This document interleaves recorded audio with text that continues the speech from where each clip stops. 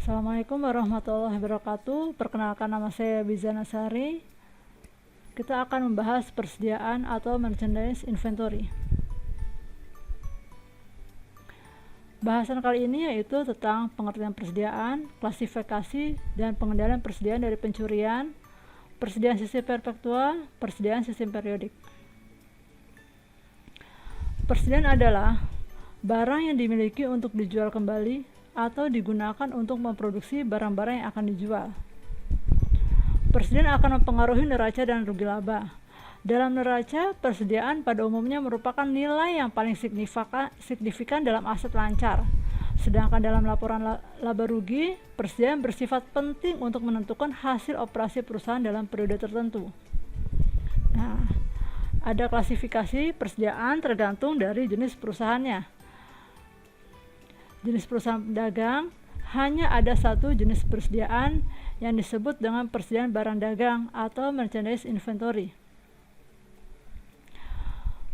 Perusahaan manufaktur terdapat beberapa jenis persediaan, yaitu bahan baku, raw material, yaitu barang-barang yang diperoleh untuk digunakan dalam proses produksi, dan bahan penolong, yaitu bahan tambahan yang diperlukan dalam proses produksi. Misalnya bahan baku dalam perusahaan roti, bahan baku yang utamanya adalah tepung terigu, ya. Setelah itu barang dalam proses, work in process, yaitu bahan baku yang sebagian telah diproses dan perlu dikerjakan lebih lanjut sebelum dijual. Jadi barang dalam proses, setengah jadi, ya. Kemudian ada barang jadi atau finished goods, yaitu produk jadi yang telah selesai diproduksi dan menunggu untuk dijual.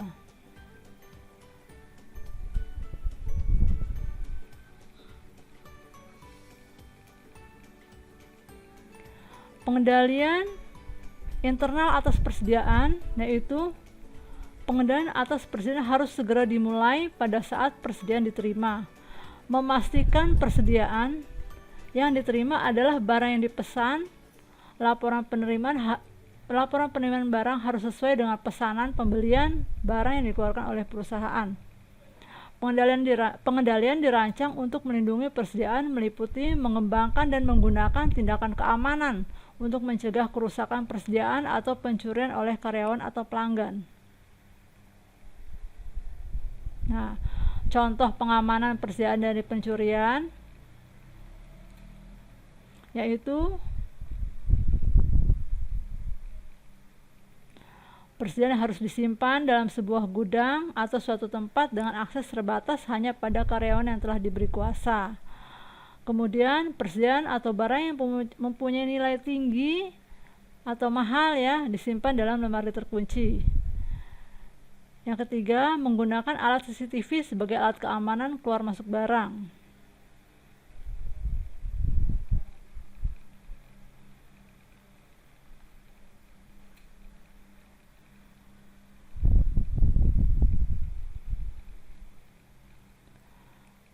Dokumen yang sering digunakan dalam pengendalian persediaan dan tujuannya yaitu pesanan pembelian atau purchase order, ya.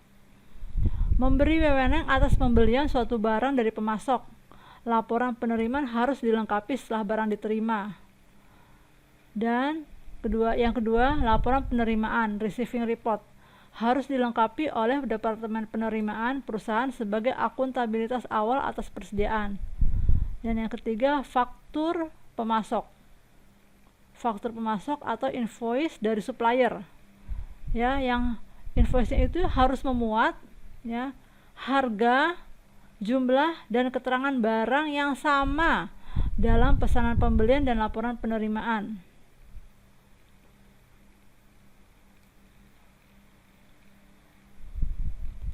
Tujuannya apa sih pengendalian atas persediaan itu?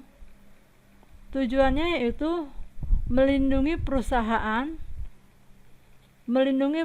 perusahaan dari kerusakan atau pencurian, ya. Dan yang kedua, melaporkannya dengan benar dalam laporan keuangan. Nah, sekarang kita belajar persediaan sistem perpetual. Ada dua metodenya ya, perpektual dan periodik. Dalam metode ini, setiap saat dapat diketahui nilai saldo akhir suatu persediaan. Ya, perpektual ini setiap saat dapat diketahui nilai saldo akhir suatu persediaan setiap saat. Ya. Dalam metode perpektual dan setiap mutasi persediaan dicatat dalam akun persediaan barang dagang. Persediaan barang dagangan. Mendebit persediaan barang dagangan dan mengkredit kas atau utang usaha. Pada saat terjadi transaksi penjualan, dicatat dengan mendebit harga pokok penjualan dan mengkredit persediaan barang dagangan. Metode FIFO, kita menggunakan metode FIFO, first in, first out, masuk pertama, keluar pertama. Barang yang terlebih dahulu masuk dianggap lebih dahulu keluar atau dijual. Prinsip metode FIFO, barang yang dibeli pertama dijual pertama dan nilai persediaan akhir dihitung secara mundur dari barang yang dibeli paling akhir. Contoh, ya. Persediaan awal barang tanggal 1 Januari sebanyak 100 unit, harga satuannya 20.000. Tanggal 4 Januari ada penjualan 70 unit. Tanggal 10 Januari ada pembelian 80 unit, harga satuan 21.000. Kemudian tanggal 22 Januari ada penjualan 30 unit. Nah, cara perhitungannya itu, ya. Tanggal 1 Januari ada persediaan, ya. Kita letakkan di kolom persediaan, ya, 100 unit, harga satuan 20.000, totalnya 2 juta. Kemudian tanggal 4 Januari ada penjualan 70 unit, harga satuan kita ikut yang ini dari persediaan 20.000, ya. 70 kali 20.000 1,4, 1.400.000. Persediaan, sisa persediaannya 30, karena yang namanya penjualan pasti persediaan berkurang, ya. Harga satuan 20.000, ya. 30 kali 20.000 600.000. Oke. Kemudian tanggal 10 Januari ada pembelian 80, harga satuannya 21.000, ya. Totalnya 1.680.000. Barang yang sisa yang tadi mundur, turun 30 kali harga satuan 20.000, total 600.000.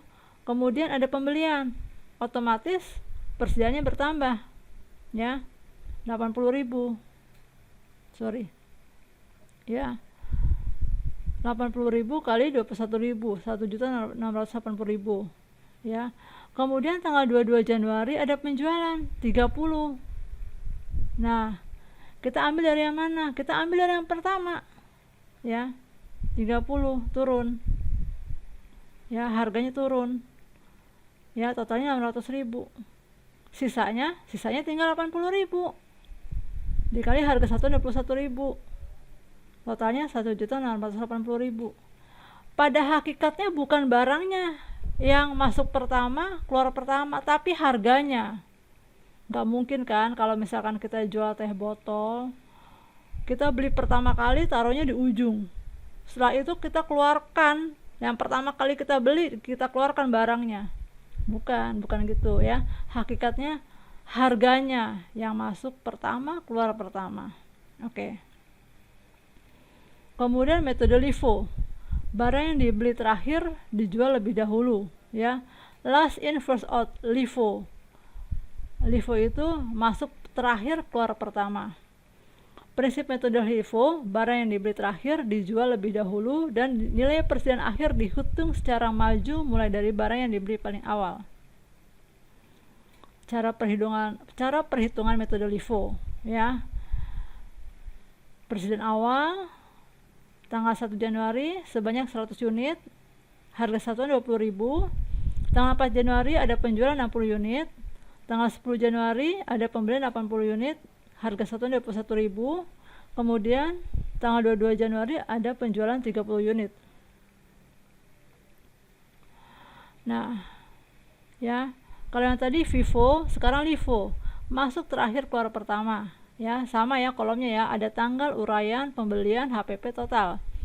Tanggal 1 Januari ada persediaan, kita masukkan di kolom persediaan, ya, 100 unit kali 20.000, total 2 juta. Kemudian ada penjualan 60, ikut harga yang ini, harga yang persediaan awal 20.000. 60 kali 20.000 1,2, 1.200.000 ya. Otomatis persediaannya berkurang karena ada penjualan 60. 100 dikurang 60 40 kali 20.000 800.000 ya. Kemudian ada pembelian 80, harga satuannya 21.000. 80 kali 21.000 1.680.000 ya. Nah, otomatis bertambah ya, bertambah persediaannya. 40 turun ya, 20.000 satuannya, 800.000 turun. Kita tidak gabung karena kan harganya beda. Nah, persediaan yang tadinya ada pembelian, persediaan bertambah ya, 80 turun, sini pindah 21.000 harga satuan, kemudian total 1.680.000 ya. Kemudian tanggal 30 Januari ada penjualan. Tanggal 22 Januari ada penjualan 30. Kita ambil dari yang mana? Kita ambil yang dari harga 21.000 ya. Kita tarik ini 80. Taruh sini 30. Ada penjualan ya. 30 kali 21.000 630.000 ya. Nah, terus turun 40 unit kita turun, harga 120.000 turun, total 800.000 turun. Nah, yang tadi 80 sudah diambil kan dengan 30. 80 diambil 30 50 ya. Kemudian harga ikut sama 21.000 harga satuan, total 1.050.000 ya. Jadi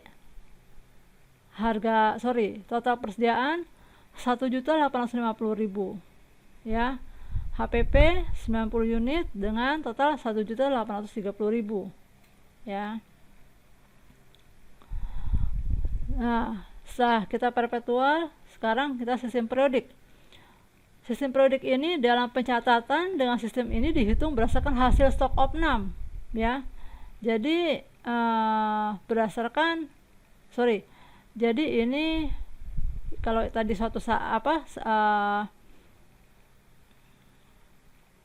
kalau yang tadi perpetual itu dapat diketahui setiap saat ya, setiap waktu. Kalau ini periodik berkala, jadi pas stock opnam saja baru diketahui hasilnya, jumlahnya ya.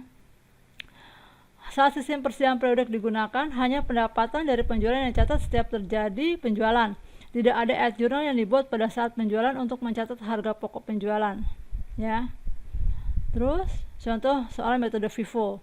Pembelian barang 500 unit ya, harga satuan 10.000, pembelian barang 800 unit, harga satuan 20.000, pembelian barang 900 unit, harga satuan 30.000, pembelian barang 1.000 unit, harga satuan 40.000, pembelian barang 500 unit, harga satuan 50.000.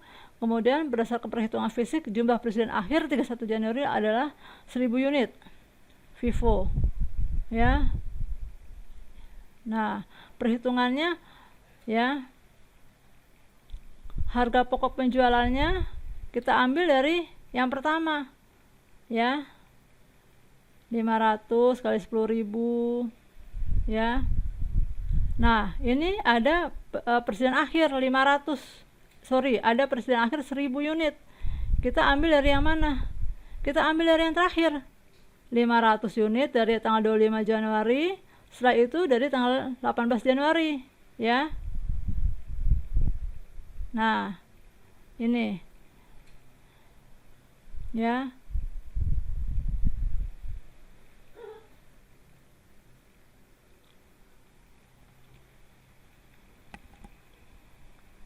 Ya, jadi harga pokok penjualannya 500 unit dari tanggal 18 dan 500 dari tanggal 25.